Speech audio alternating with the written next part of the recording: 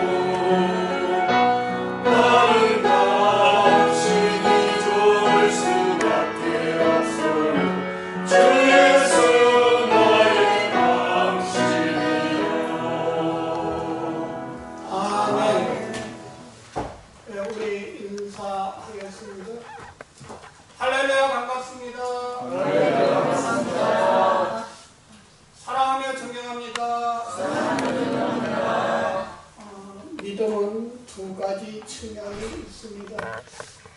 하나는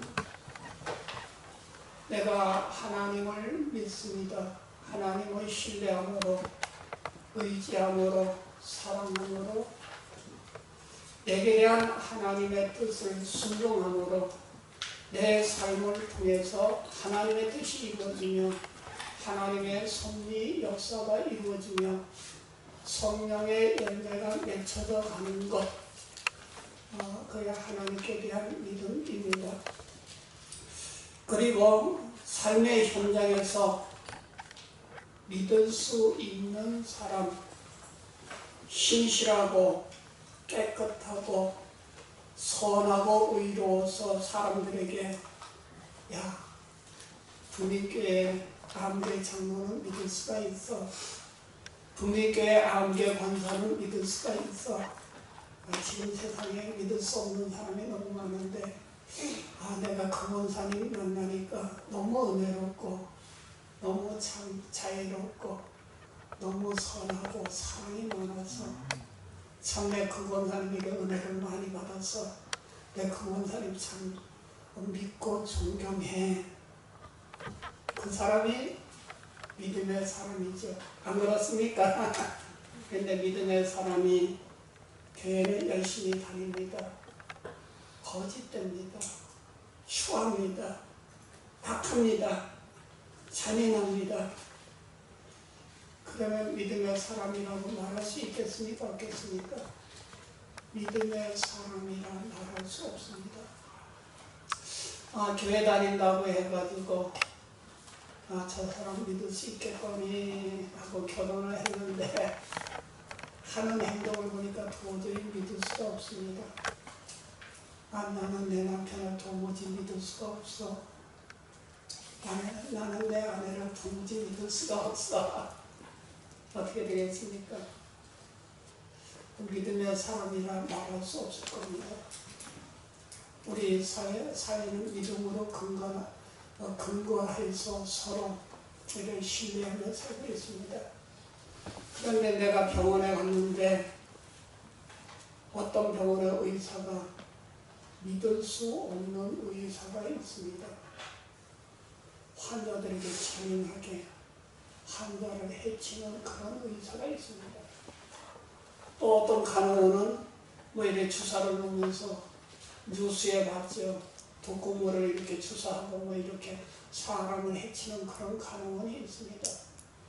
어떤 약사에게 약을 샀더니 치료약이 아닌 엉뚱한 약을 줍니다. 그럼 그 사회에서 사는 사람 행복할까요? 어떨까요?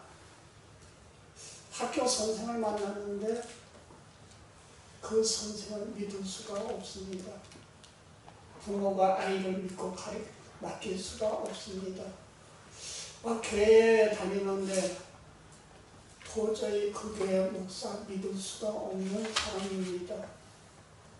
그런 날은 그거 참 불행할 것입니다.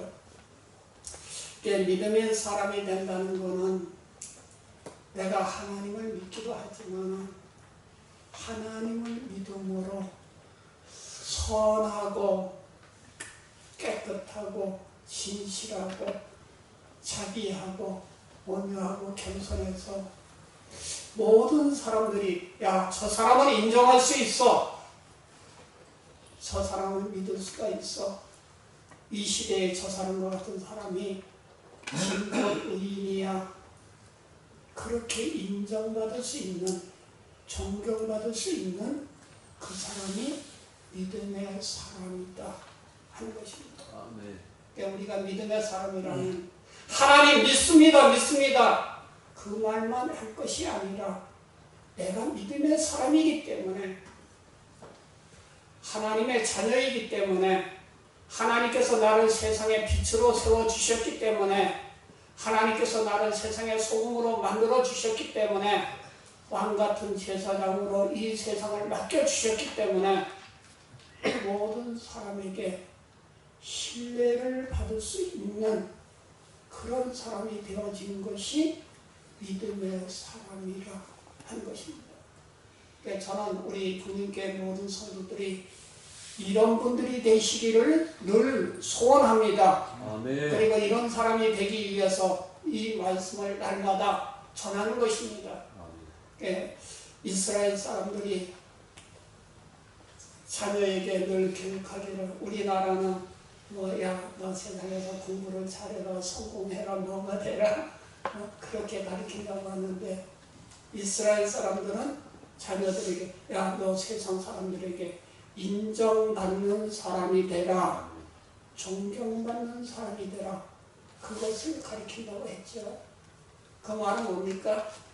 세상 사람들에게 신뢰를 받을 수 있는 믿음의 사람이 되어라 하는 것입니다. 그러므로 우리 국민교회 성도 여러분, 이런 믿음의 사람 되시기를 바랍니다. 아멘. 그런데 이런 믿음의 사람이 되려고 하면 믿음과 착한 양심을 가져라. 양심도 착한 양심이 있고 착하지 못한 양심이 있습니다. 중화사상이라고 하는 게 있습니다. 중화사상은 뭐냐? 중국은 세계의 중심이다. 우리 중국은 위대한 나라이다. 모든 세계 사람들이 우리 중국을 위하면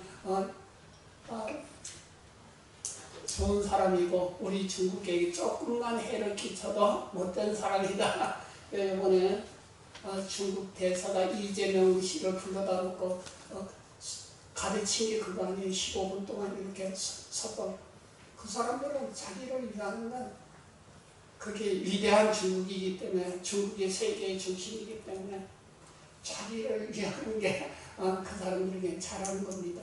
자기들에게 털끝만큼도 손해를 끼치는 것, 해를 가는 것은 자기들을 대적하는 것이고 악한 것입니다.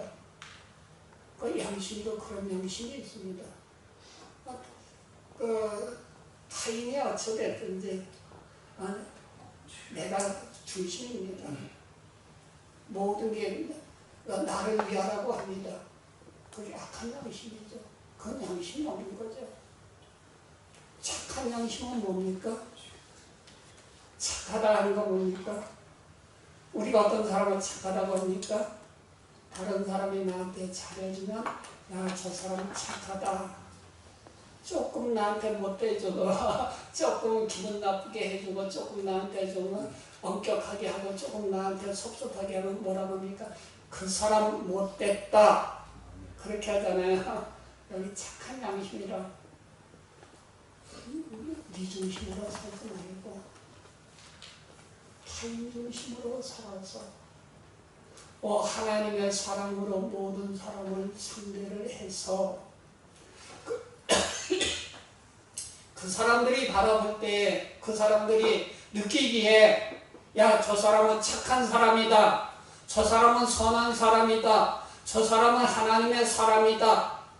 그렇게 인정받는 양심이 착한 양심이라 하는 것입니다. 그러므로 우리가 양심은 지식의 지배를 받는데 공산주의 사상체계에서 자라는 사람은 공산주의의 양심을 가지고 있습니다.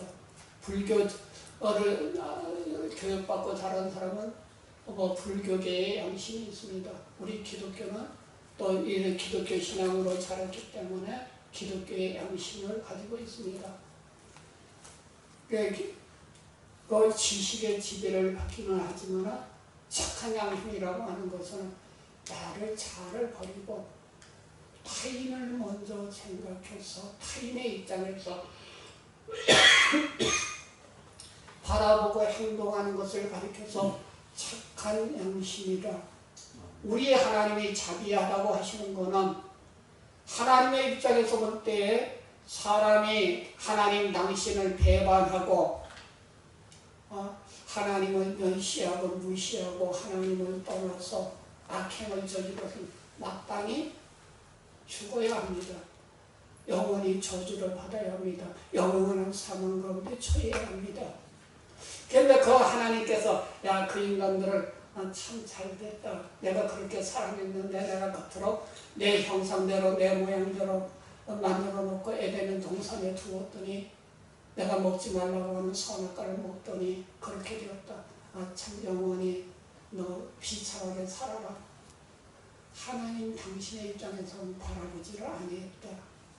우리의 입장에서 저 사망에 처한 불쌍한 가련한 참 공고한 인간을 바라보기 시작하니 불쌍하다, 가련하다.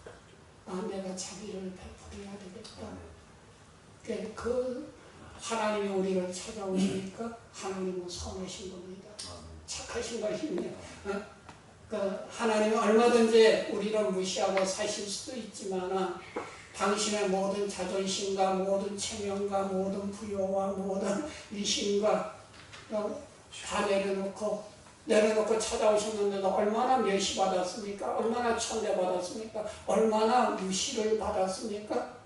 그래도 분하다 아니하시고 억울하다 아니하시고 우리를 위해서 십자가를 지시고 죽기까지 낮아지시고 천해지시고 모든 멸시, 천대, 후욕 그거 다 받으시고 우리를 위해서 자기의 모든 것을 다 내어놓으시고 그러니까 우리 주님은 선하신 분입니다. 우리 주님은 착하신 분입니다. 이 착한 양심을 가져라. 믿음과 양심 두 수레바퀴 같습니다. 믿음이 없이는 선한 양심을 가질 수가 없습니다. 선한 양심 없이는 좋은 믿음 절대로 가질 수가 없습니다. 믿음만 있어서는 되는 게 아니라 선한 양심을 가지고 있어야 합니다. 믿음은 선한 양심 안에서 지켜지기에 양심을 버린 사람 믿음을 가질 수가 없습니다. 그러한 사람은 마치 믿음이 있는 것처럼 위선을 부릴 수가 있지만 바리새인처럼 서기관처럼 외식은 행할 수 있지만 그 양심 안에서 자신이 믿음으로 하는 것이 아님을 압니다. 그 믿음과 양심, 신자의 삶을 위한 엄격한 원리입니다. 믿음과 양심이 조화로 결정되는 삶이 온전한 신앙을 구비할 수 있습니다.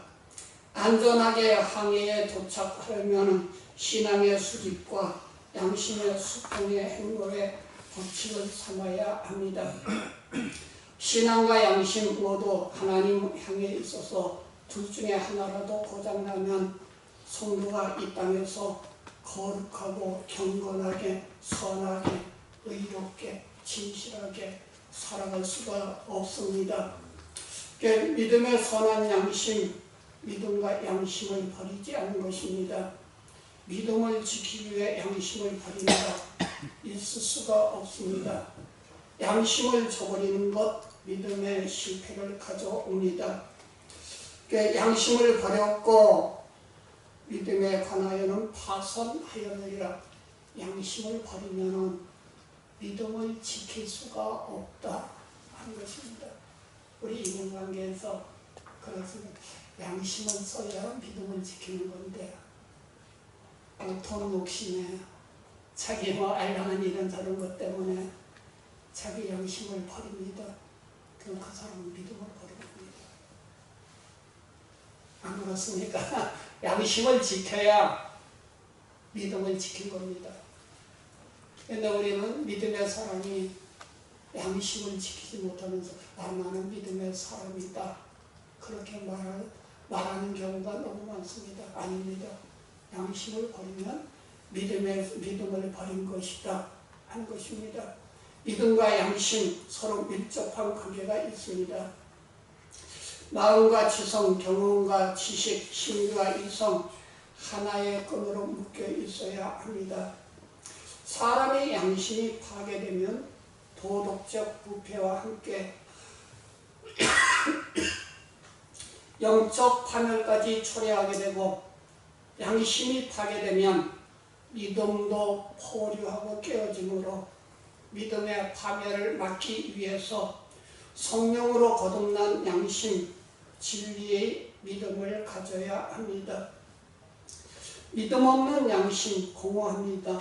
양심 없는 믿음 맹목적입니다. 가끔가다 제가 얘기하죠. 문재인씨를 추종하는 사람들, 조국을 추종하는 사람들, 이재명씨를 추종하는 그 개혁의 딸들, 이재명이 옳으냐, 그르냐, 선하냐, 악하냐, 그거는 상관없어요. 안 그렇습니까? 무조건 맹목적입니다. 우리가 신앙 살면서도 그렇게 맹목적인 신앙은 신앙이 아닙니다. 그건 믿음이 아닙니다. 믿음과 양심 조화가 있어야 합니다. 사람의 양심이 파괴되면 도덕적 부패와 함께 영적인 파멸을 초래하게 됩니다. 양심이 파괴되면 믿음도 표류하고 깨어지게 됩니다. 그러므로 믿음의 파멸을 막기 위해서 착한 양심을 가져라. 믿음과 착한 양심을 가져라. 어떤 이들은 이 양심을 버렸고 믿음에 관하여는 파손하였느니라. 양심을 버리니까 믿음이 파손했다. 믿음이 배가 파손했다. 배가 이렇게 가야 되는데 바다에서 부서져 버렸다. 그게 파손이죠. 믿음과 양심 매우 밀접한 관계에 있어서 양심이 무너지면 결국 믿음도 무너집니다. 온전한 믿음을 구비하려면 양심 없는 사람이 되면 안 됩니다. 양심이 있는 사람, 양심이 좋은 사람이 되어야 합니다. 양심이 파손되면 믿음도 파손됩니다. 양심이 불량하면 믿음도 불량한 것입니다. 믿음은 좋은데 양심이 없다. 그게 성립이 됩니까? 안 됩니까? 믿음은 좋은데 양심이 없다. 양심이 없으면 믿음도 없는 것입니다. 믿음 생활 열심히 한다고 해도 양심이 불량하면 좋은 신자가 아닙니다. 사람들이 양심 따라 살아갈 때 윤리적이고 고상하고 훌륭한 인격자가 됩니다. 우리나라 부자들이 존경받지 못하는 이유가 뭐냐? 양심을 꺾고 돈의 목적이 돼서 돈만 추종했기 때문에 그러하다 하는 것입니다. 성공해 돈은 많이 벌었는데 믿음과 양심을 버린 사람 많습니다.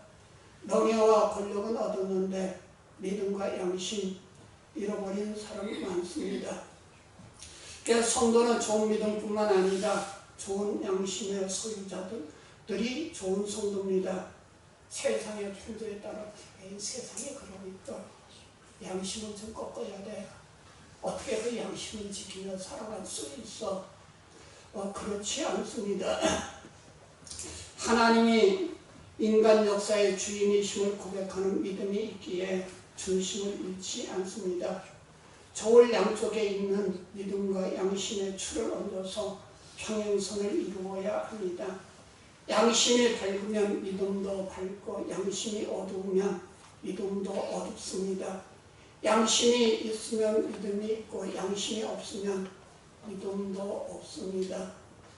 우리가 이 양심이 얼마나 소중한가 그것을 알아야 합니다. 그래서 우리가 양심을 지킬 수 있는 그런 삶이 되어야 합니다. 이 양심이 있을 때에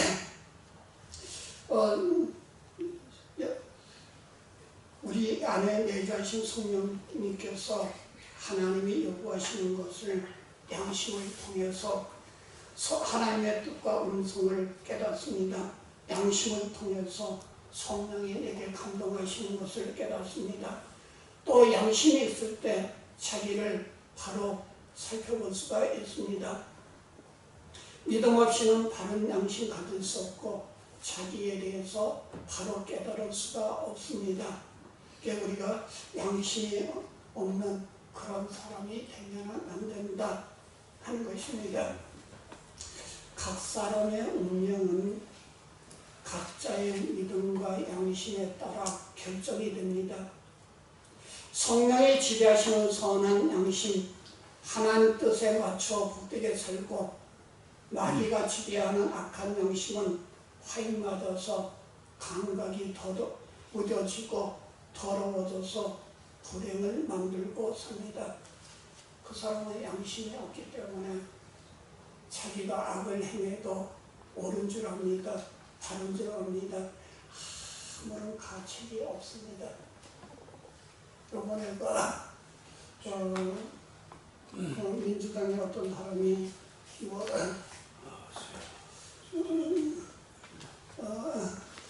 방송위원회에 가가지고 항의를 하다가 넘어졌습니다. 근데 이제 거기에 무릎 보호대를 했느냐 안 했느냐 그걸 가지고 이제 어떤 사람이 말을 하니까 그 이재명 씨가 하는 말이 뭡니까? 그 사람은 폐륜이다. 억울한 누명을 씌웠다고 폐륜이다. 그렇게 합니다. 정말로 폐륜은 뭡니까? 자기 형을 가두고 형수에게 욕하고 국민들에게 참 엄청난 피해를 입히고 그게 폐륜인데 그러니까 무릎 보호대 한 것 같다. 그 말 한마디 했다고 폐륜이다. 그렇게 뭐라고 지는 거나 자기에 대해서는 어떤 가책이 없다는 겁니다. 느낌이 없다는 겁니다. 우리 믿음의 사람도 자칫하면 그럴 수가 있습니다. 자기 행위에 대해서는 옳은 줄 압니다. 바른 줄 압니다. 선한 줄 압니다. 완전한 줄 압니다. 하나님 앞에 나는 흠이 없어. 그런 줄 압니다. 그런데 타인의 행위에 대해서는 그렇게 참 분노를 하면서 치를 떨면서 엄청난 말로 모독을 하면서 그렇게 합니다. 그게 뭡니까? 양심이 있는 것입니까? 없는 것입니까? 양심이 화인맞으면 그럴 수밖에 없다. 왜 그럴까? 안에 양심이 없기 때문에. 그게 당연한 일이죠. 우리 믿음의 사람도 양심 없는 믿음의 교회 다니면서도 양심 없는 사람이 있습니다. 그 사람은 교회는 다니는데 믿음의 사람은 아닙니다. 우리가 믿음의 사람이라고 하는 것은 양심의 사람이 되어라 하는 것입니다. 사람이 사람다워지고 하나님이 인정하시고 하나님이 함께 하시고 하나님이 붙들고 쓰실 수 있는 사람, 하나님이 축복하실 수 있는 사람, 하나님이 인정하실 수 있는 사람, 양심의 사람이다, 믿음의 사람이다 하는 것입니다. 그러므로 여기 그 다음에 또 그 가운데 후메니오와 알렉산더가 있으니 이 사람은 양심을 안 썼습니다. 그러니까 뭐라고 합니까? 내가 사단에게 내어준 것은 양심을 버렸다. 이들은 하나님의 교회를 해방했고 바울을 괴롭혔습니다. 디모데전서 3장 9절에 하나님의 일을 하는 사람은 깨끗한 양심에 믿음의 비밀을 가진 자라야 할지니 믿음과 양심 일치해야 복을 세워서 하나님을 영화롭게 하고 자신과 많은 영혼에게 복이 됩니다. 그런데 양심이 무너진 자는 도덕적으로 자기를 지키지 못합니다. 양심의 소리를 외면해가면서 죄를 짓는 자들은 믿음이 파손한 자들입니다. 신앙 양심의 화인이 맞아버렸습니다. 양심이 마비되면 조금도 가책이 생기지 않습니다. 내가 처음에 하나님 앞에 뭔가 조그마한 거 하나를 어겼으면 내가 순종해야 될 거 순종하지 못했으면 가슴이 두근두근두근두근 합니다. 야, 너 왜 그렇게 불순종했어? 너 왜 그렇게 순종을 안 했어? 너 왜 그렇게 실수를 했어? 참 이거 어떻게 할까? 너무 두근두근두근. 이거 하나님 앞에 죄송하다, 불안하다. 내가 이거 어떻게 하지, 어떻게. 이제 이렇게 해야지. 양심이 내게 소리를 지릅니다. 그때 맞아. 내가 이 양심대로 해야지 하고 회개를 하면 양심이 살아납니다.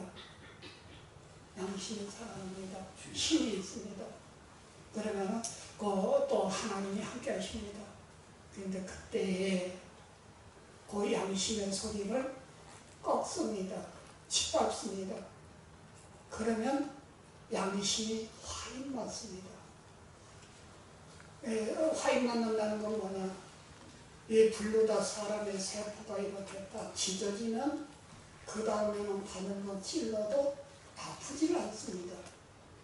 그러니까 나병 환자들이 무서운 게 뭐냐? 균이 사람의 신경세포를 잠식해서 신경세포를 죽입니다. 그러면 나중에 바늘로 찔러도 칼로 베어도 쥐가 물어 뜯어도 아프지 않습니다. 고통스럽지 않습니다. 양심이 화인 맞는다는 거 그겁니다.